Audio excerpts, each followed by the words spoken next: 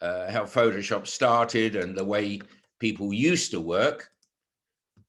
Okay, can everybody see my screen okay? Yep, give me a thumbs up. Okay, that's great. So it's always good to talk about how Photoshop used to be or used to be used, because a lot of the tools in Photoshop relate to how things used to be done. And if you have an understanding on that, it helps.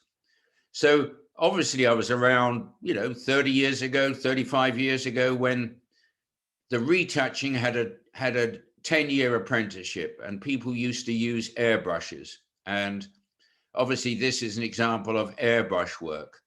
Note also they used masks, and often masks were transparent, sticky back paper. And if they wanted to spray a background to something, they'd mask off everything and spray just on the background area. And the mask may be stuck on, let's say, a horse, and everything would get sprayed except that horse. Then they'd peel off the sticky back mask.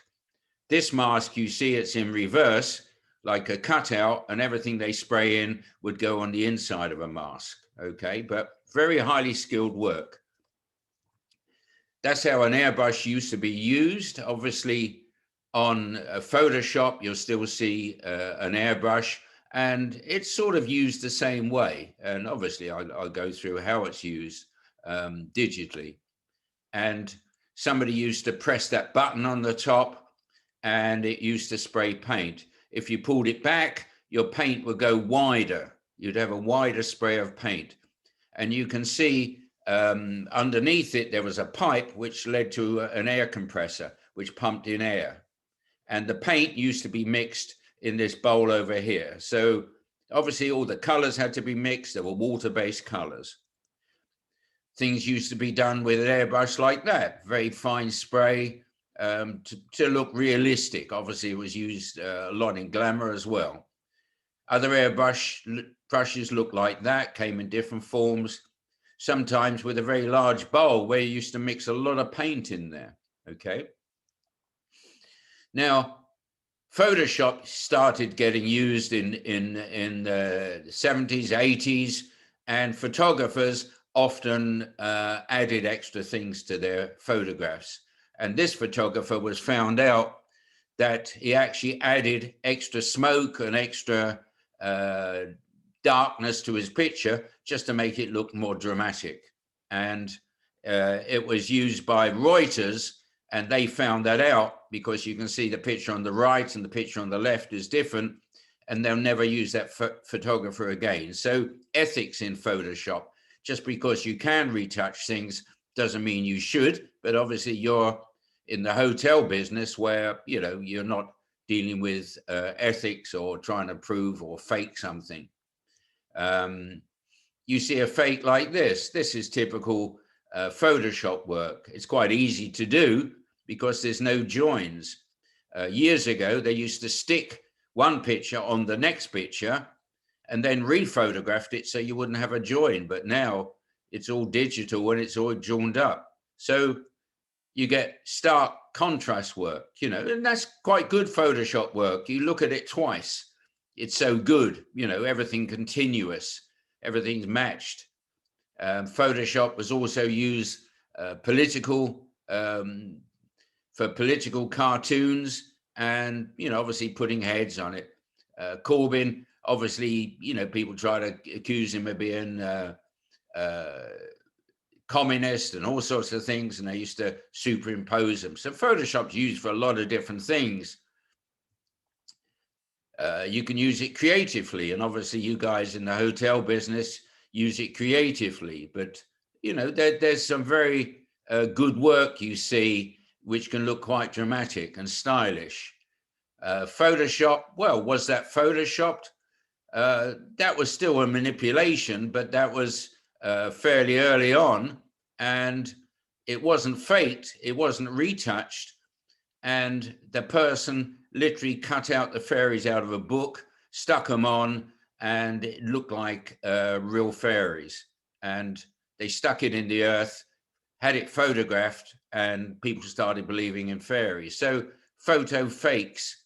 Photoshop's used for posters.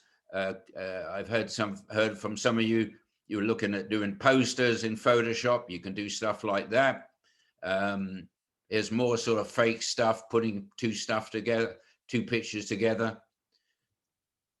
I got Corbin again. I don't think he was that strong. Photoshop was often used to fake pictures.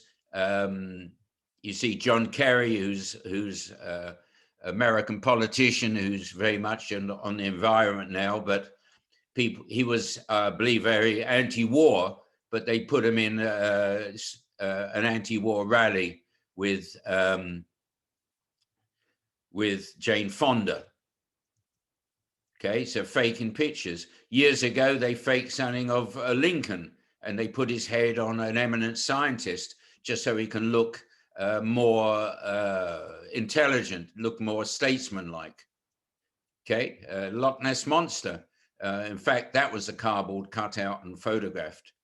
The moon landings, people think that was faked in Photoshop because, see, people could literally fake a picture, and some people think they never landed on the moon because of Photoshop.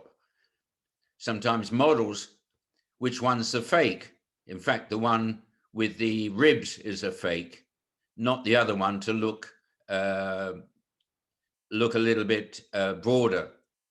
You see that as well. Fake pictures, just putting in effect. Stalin used to have fake pictures, and if he shot somebody, he'd take them out in Photoshop. And obviously we do retouching like that today, taking out things, putting things in, putting in swastikas. That's quite a fake one. How was it faked? Was the boy put in front of the tank and the tank wasn't moving, or was the boy never there? And what was the boy put into the photograph? Okay, and you see a lot of that. Even 9/11, was that whole picture faked? So it gives you an idea of how things used to be done and how things are done now. So let's open up Photoshop. Could you all open up Photoshop? We'll change a few preferences, and then we'll play around with it and work our way through the tool.